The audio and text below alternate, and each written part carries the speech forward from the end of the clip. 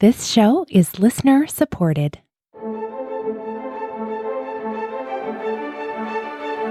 You're listening to Adoptees On, the podcast where adoptees discuss the adoption experience. I'm your host, Haley Radke, and this is a special episode in our healing series where I interview therapists who are also adoptees themselves so they know from personal experience what it feels like to be an adoptee. Today, we are learning all about group therapy. Let's listen in. I'm so pleased to welcome to Adoptees On, Pam Greenstone. Welcome, Pam. Pam is a licensed professional counselor in private practice in Austin, Texas, and has been leading psychotherapy groups since 2002. So, Pam, you approached me about doing a couple of episodes on our healing series about group therapy. And I was like, okay, that sounds really cool. I don't really know what that is. So why don't you first tell us a little bit about your story and how you got into being a group therapist? Sure. I am an adoptee myself and was born in 1970 in Dallas, Texas, in foster care for 2 weeks and then adopted by my family. And I think I'm in reunion right now since 2014 with both my birth mother and her family and my birth father and his family. I just returned actually from a family reunion with my birth father's family, which was incredible and wonderful. So yeah, I'm in full on in reunion. And I wanted to start by talking about kind of the history of group therapy. And I think that'll lead into how I got involved in group as well. So in 1906, it's been around for a long time, Joseph Pratt did what is considered kind of the first group therapy experience. And he brought together 15 tuberculosis patients and thought it might be helpful to do education with them and have them talk about their experience. And then he also had them agree to certain things upon joining the group. So those two factors, the fact that he was getting a group of people together to talk about their experience, and then that they had this certain set of agreements, that made it kind of the first group therapy. And it went well, and the outcomes were really good. And so he, I think, kept doing it and kept spreading the word. So a lot of doctors and also psychiatrists would do this kind of work with schizophrenics, alcoholics, people that were struggling with socialization. And they were doing this until about the 1940s, just kind of in their medical practices. But in the 1940s, it became kind of a bigger deal because there were all these World War II soldiers coming back with what they were calling shell-shocked or fatigue from battle and what we would now know as PTSD. And so just because they had to, there were so many patients, they started seeing them in groups. And from there, they started to see how good the outcomes were, how well these people did, even better than individual therapy in some ways. And so that's when psychiatrists, psychologists started doing research and writing books, and it became more of a mode of its own, a therapy mode of its own. And so since the 1940s, it's been kind of what it is today, which is, small groups of people getting together to talk about their thoughts, feelings, and reactions in the moment as they're having them, getting to know themselves and getting to know the way they do their own relationships, finding ways to get along better with lots of different kinds of people, and kind of what it is today, what you see today. In the year 2000, I was in graduate school and also coming out of the fog and also in my group therapy class. And when I saw the list of therapeutic factors in group, which I could go over them right now if you think that'd be a good idea. Yes. It's Irvin Yalom is a theorist. He's written books on existential group psychotherapy, and he listed out these therapeutic factors that we still have today, and he's worked with them. So these are things that happen in group that are helpful or therapeutic. Installation of hope, right? Universality, just knowing that what we're going through, everybody is going through. Imparting of information, just like psychoeducation kind of stuff. altruism, because in group, we're not only getting help the whole time, we're giving help the whole time. So helping others is really therapeutic. There's something called recapitulation of the family of origin or the family group. And that's when you're sitting in a room with a group leader who's a trained therapist who can sometimes kind of feel like a parent, right? Or maybe there are two of them in the room. And then other members, which can kind of feel sibling like. All of a sudden, we can start having feelings like we did in our family in different times in our development. And so we can heal those wounds in the moment if we're in a therapy group where we have room to express all of those kinds of feelings, or we can do things differently and learn to grow and change that way, have room to react and respond and say things in a different way than we usually would. Then the other factors are developing socializing techniques, imitative behavior, just seeing how other people interact and kind of using that and practicing with that and seeing if it works for you. Other kinds of interpersonal learning. There's something called group cohesiveness, which is just a sense of belonging, which is huge. And then catharsis, which is like having strong feelings and talking through them at the same time. And then also existential factors, just this sense that in a way we're all alone in the world and that it's important to find ways of relating and connecting with one another in a deep way. So, I mean, listen to that list. Like I was sitting in my group therapy class and I'm like, why aren't we all in group therapy? Why isn't everyone in group therapy? I just thought, this is incredible. The fact that I was also going through coming out of the fog, I thought, oh my gosh, for me, as someone with the wounds and the trauma and the loss that I've experienced in my life without a way of talking about it, because I didn't know how to talk about that, I could see how group would provide me not only therapy and psychological help that I needed at the time, but also just a constant sense of belonging. Once you become part of a group, you benefit from that group cohesiveness and that feeling of belonging the whole time. And I thought, oh my gosh, that would hold me and then also give me the therapy that I needed. And so I felt really lucky to be in that place where I was looking at all of that stuff all at the same time. So you were already doing training for therapy when you've discovered this, and then you just got really passionate about it. Oh my gosh, I had so much passion. I talked to everyone about it. I got in my own group.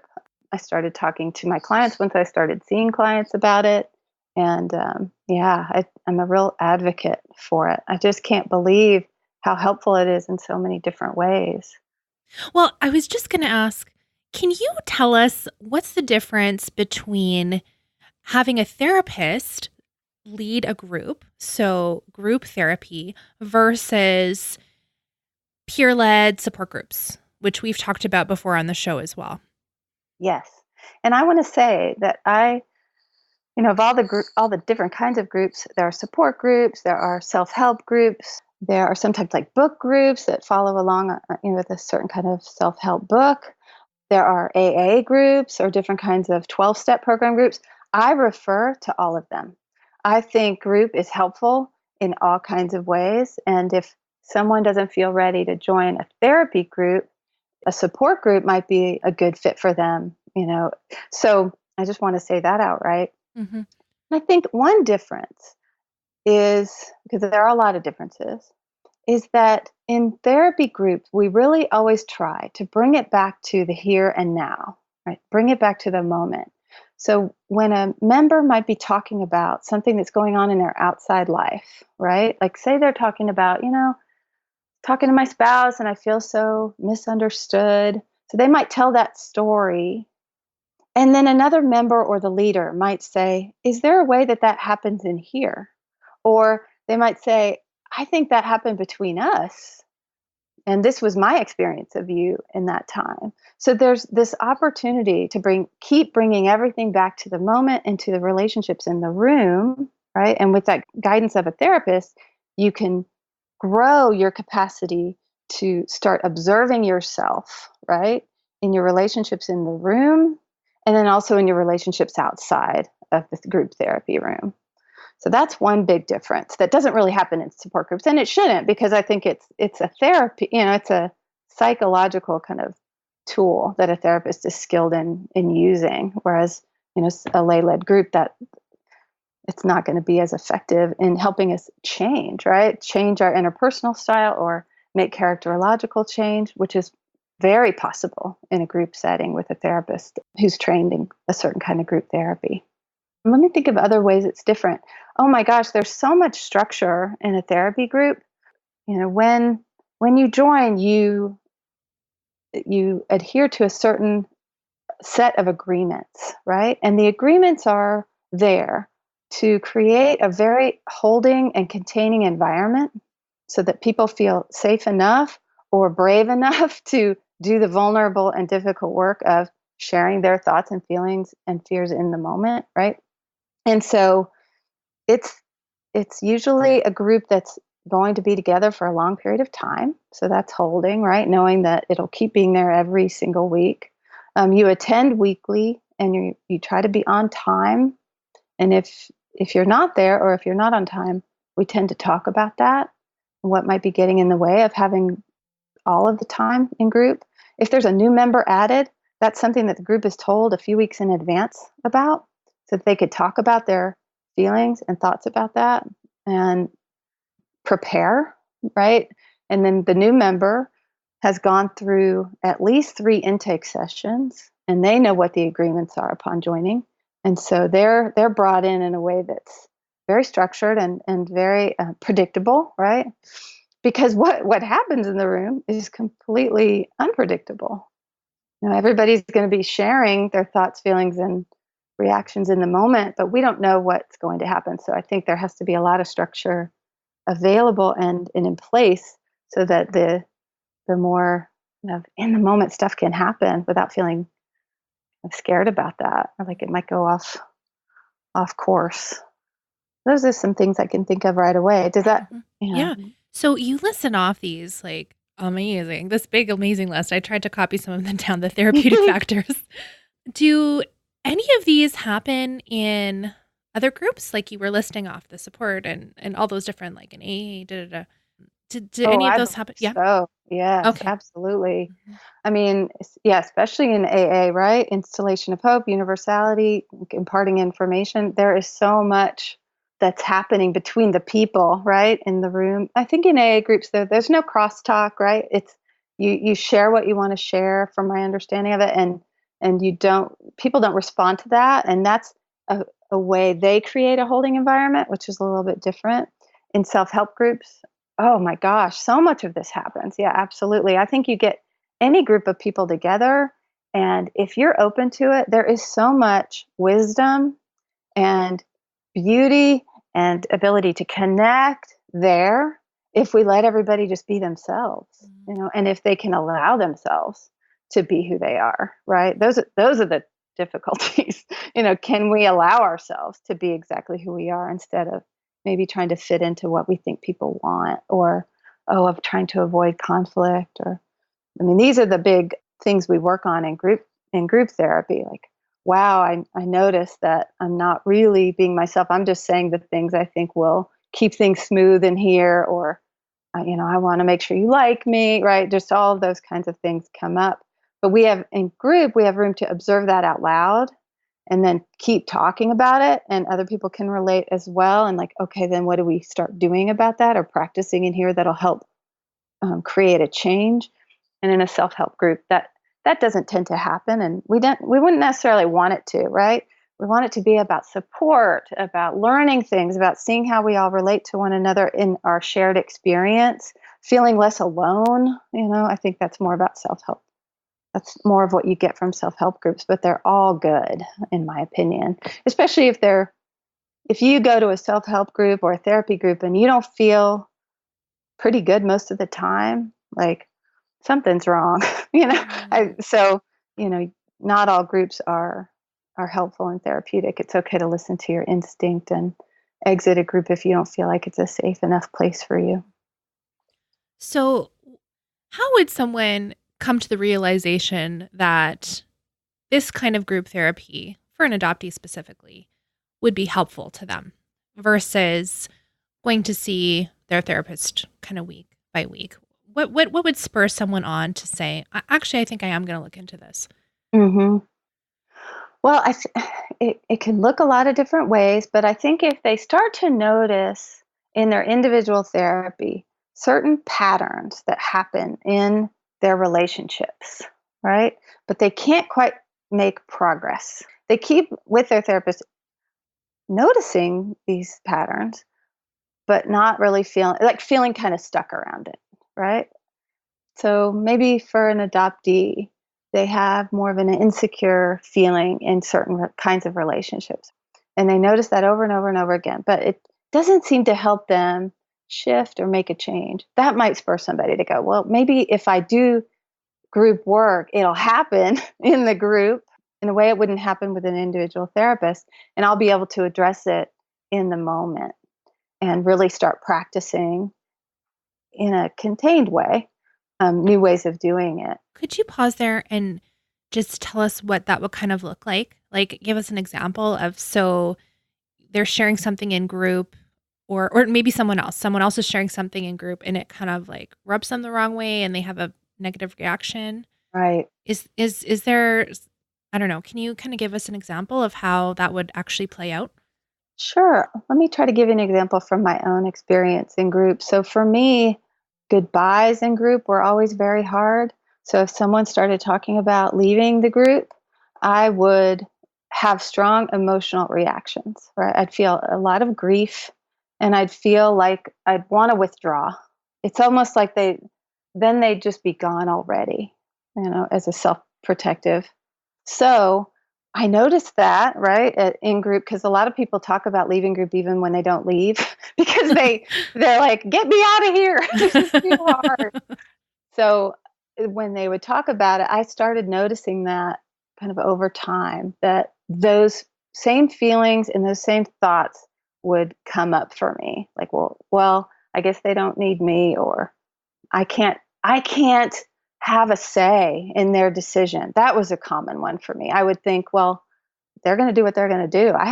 There's nothing I could do about it. I have no say. So I would just kind of shut down or not give my opinion or not engage with them about my own feelings about that loss. So I started to notice that. And over time, I found that if I could say a little bit of that was going on in my mind, it actually had an impact on the other member. And they used it to influence their decision, right? I was a part of their treatment team in their mind. And so they would use that and it became part of their decision making process. And do you have another example of, I don't know, someone feeling like they have this negative pattern, and so they can't get out of it with their own therapist, so they go to group, and then what kind of situation would happen in the group that could break that pattern for them? Or is it something like this happens over time that or another member or the therapist will like reflect this back to them, like, you've said this thing like 10 times before, like, what are you doing about it? Or One example I can think of is, say a member has noticed jealousy, right, in their relationships with others, either friends or their spouse. So they notice that pattern, they can't quite seem to get a hold of it. So they go into group, and at first when you're in group, you're really just, I mean, if you're talking, you're doing a good job. You're just letting the group get to know you, you're sharing about your life, you're observing, seeing how the group culture is, getting adjusted. But eventually you're you're going to start to have that feeling, right? That jealous feeling in a relationship, and it'll happen in a similar way to, say, it does in maybe in your marriage or in a friendship, right? Where a friend starts talking about a vacation they're taking and you get jealous and kind of shut down and distance yourself from them for a while. So when that jealous feeling happens in group, you have a lot of people kind of watching you, and it's likely that someone's going to notice a change or withdraw, right? If that's unusual.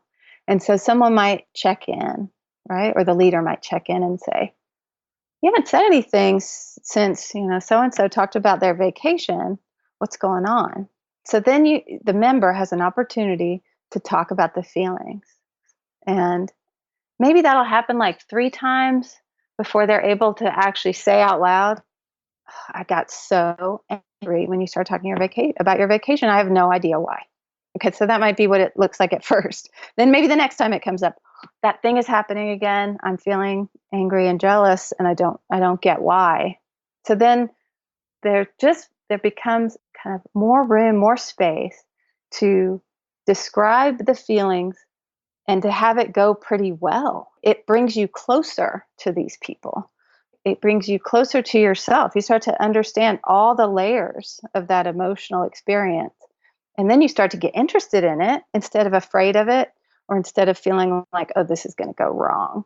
So over time, you just get better and better at that particular emotional experience and using words in those moments rather than behaviors. And so that's kind of a mastering of a certain special difficult emotional experience for you. So then you have more room in all your relationships outside of group when it comes to that particular part of your either personality or your own history, your own psychology. So it's like water over a stone. I mean, this is not, it doesn't happen overnight. It doesn't happen in one group session. It's like you slowly just keep growing your capacity to accept your own feelings and know that if you dive in there and start talking about them, it's probably going to go pretty well. And you're probably going to end up feeling closer to the other person and yourself. And I love just that you are actually you have a chance to practice. Right? Exactly. Essentially, it's like practice relationships in a safe space. And you can just like say whatever you want, and then you can see the other person's reaction, and then you can have a do-over or like have a back and forth until you can figure out, okay, right. what should I have said here? Oh. Right. With all that room, right? Where the culture is valuing of that kind of work. Mm-hmm. And in our families, that's usually not the case. We get criticized, or people's defenses come up, and there's not usually a chance to keep talking about it. But what a therapist loves is when we talk about that, right? So that's going to be encouraged. You're going to get positive reinforcement. You're going to get positive messages like, wow, that was brave to say that. You're probably not going to get that out in the world as much, like maybe in some of your friendships. But that's not our culture as it is right now. So until that day, I think groups can be really helpful. The other thing that I think of when you say that is that I went to a training group one time, and the leader suggested that, so all the members in this training group were group therapists. So there was a high level of kind of awareness and knowledge about group therapy. But there was a member who was having trouble just asking for help at certain times from the leader. And so the leader just suggested, well, just yell out help. And the member was like, what? I can't just scream out help. Like that's going to be hard. I'm going to feel embarrassed. And the leader was like, well, what's wrong with feeling embarrassed? And then, well, people might have an angry reaction toward me if I just do that, if I interrupt them and do that. Well, what's wrong with people having angry reactions to being interrupted? Right. So it's just this constant, just making room for, right? Yeah, that practicing, and then that acceptance of whatever it is that people experience in the room, and a willingness to listen. So just because someone might not like being interrupted doesn't mean you can't interrupt them and then keep talking about that. And then they can talk about that experience of being interrupted as well. And there's room for that. There's room for that too. So over time, we just develop more and more and more room for lots of different kinds of people, experiences, and emotional communication.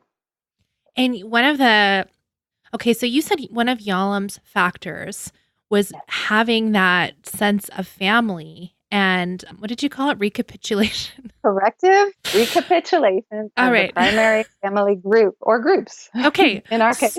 So let's talk about adoptee specific. I mean, why is this so helpful for adoptees? So as I was reading and thinking about our time today, I was reminded of a couple of quotes. One is, I think, by Harry Stack Sullivan. And he said, "We are harmed in groups, and therefore we must heal in groups." And then I also read about Winnicott, and Winnicott was a physician who was a child psychiatrist and also a pediatrician. So he really knew and noticed a lot about babies and their relationship with their mothers. And he said, there is no such thing as a baby. A baby can exist only in relation to a mother. And that really, when I read that, it struck me. It was kind of like reading the primal wound, right? It's there is a way that our loss as adoptees who were relinquished is so, it's nonverbal. It's something our body remembers. And so now let's bring in Yalom's idea of recapitulation of the primary family group or groups, and how adoptees or people that were raised within the foster care system can't necessarily put words to the loss or the grief that they experience when they sit down in a group of people, especially when one is a parent figure. And so I think we have times of remembering or body sensations or just senses or feelings that we need to say. And we didn't have a lot of room to say any of that stuff in our adoptive families most of the time, especially for my generation or your generation, even though it was very palpable for me and what I've heard described by a lot of adoptees. And so for adoptees, it might come in the form of that, either a longing or a sense that something's missing, or an insecurity about how long this might be able to last for us, or that at some point we're going to leave anyway, so why bother, right? So it'll come up in lots of different ways, and first maybe as sensations or feelings, and then over time we'll be able to put that into words. And so I think it's incredible to be able to have that experience and then also say it out loud, and then to have that welcomed, right, by the group and by the leader. Not maybe 100% welcomed, because I'm not saying other members won't have their own reactions to it, but that the culture is of, I'm interested, I'm listening, and that will be enough to allow an adoptee over time to value those insights when they have them, and then start saying them in safe enough groups of people so that they can feel understood and heard and get to know that part of themselves much, much better than we tend to know that part. Does that fit with what you're asking? Yeah, absolutely. Okay, so you said that when people join a group, they have a couple of intake sessions with a therapist and they go over exactly what the expectations are for the group. Can you talk a little bit about that? Yes. I'll give you a set of agreements that are pretty basic, and most groups would adhere to something like this. So when I introduce the agreements, I say, now these are not rules that are to be followed.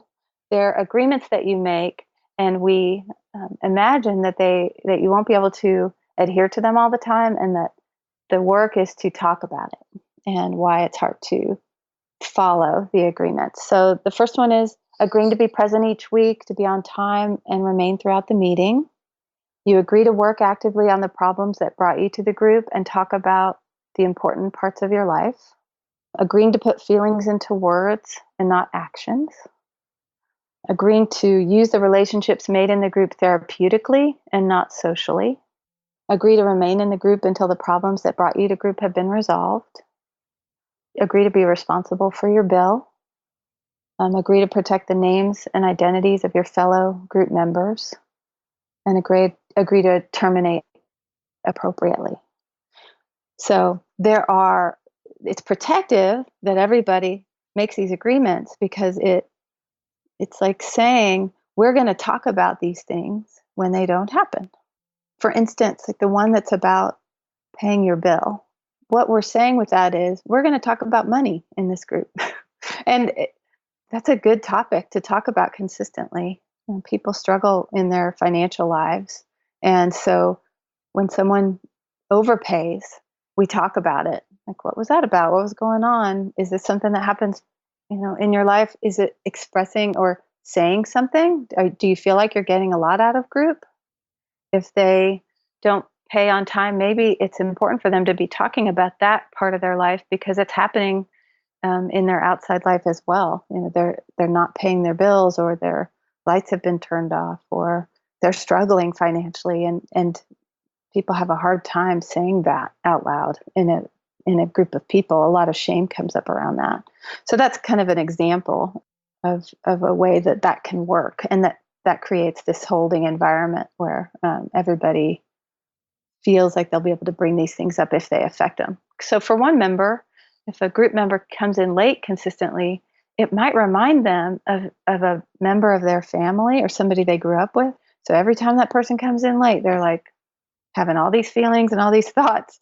It's reminding them of their parent that was late picking them up from school all the time, or things like that. And so it's almost like it gives permission to everybody, like it's okay to talk about it and say, I don't like it ever when you're late, and I'd like you to never be late again. And the other person has room to talk about what they're struggling with, why it's hard to be there. They don't want to be there at all. So being late's much better than not coming. Oh, that's good. There's so many little insights just from that, just from having someone be late. I love that. Mm-hmm. Thank you so much for sharing about group therapy. And it's just so intriguing to me, the lessons you can learn from being in a group of people versus just one-on-one. So that was really, really interesting. Pam, where can we connect with you online? I think the best place to reach me would be my website, and it's pgreenstonetherapy.com. Perfect. Thank you so much. And we are going to have you back to talk about, we just talked about how awesome a group was. So we have to talk about, how do you find a group? So we will do that next time you're on the show. Thank you. Wasn't that so interesting? I loved how Pam gave us all of these lists of benefits from being in a group setting, whether it's group therapy or being in a peer-led support group, which might be the more manageable thing for some of us right now. And it also was just so validating for me to hear, because we've been working very hard to start a peer-led support group here in Edmonton, Alberta, Canada. And there's many popping up around the US as well through Adoptees Connect and around the world. So if group therapy sounds like something that you're interested in checking out, we are going to have another episode very soon where Pam talks us through finding a therapy group in our area and the steps to go about doing that, and also alternatives if that's not really something that you're able to do at this point. I want to recommend a couple of things for you to go back through while we're on summer break and we're kind of going bi-weekly. I have so many episodes in the healing series. It's kind of mind-boggling to me.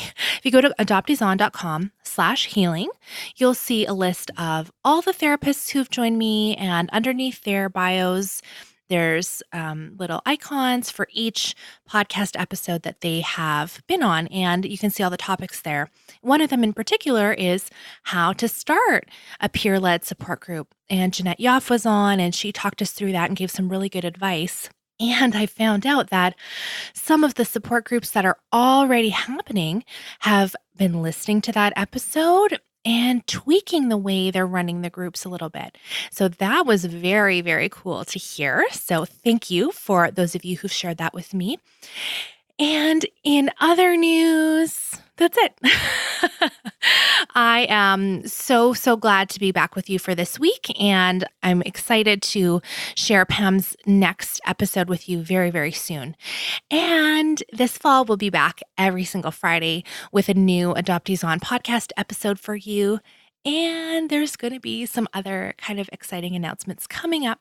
So if you want to make sure you're informed about all those things, you can go to adopteeson.com/newsletter and sign up for the mostly monthly newsletter. I keep saying monthly newsletter, but guys, my life is just so bonkers that sometimes it's a little bit in between monthly. So if that's something you're interested in, adopteeson.com/newsletter. Thank you for listening. Let's talk again very soon.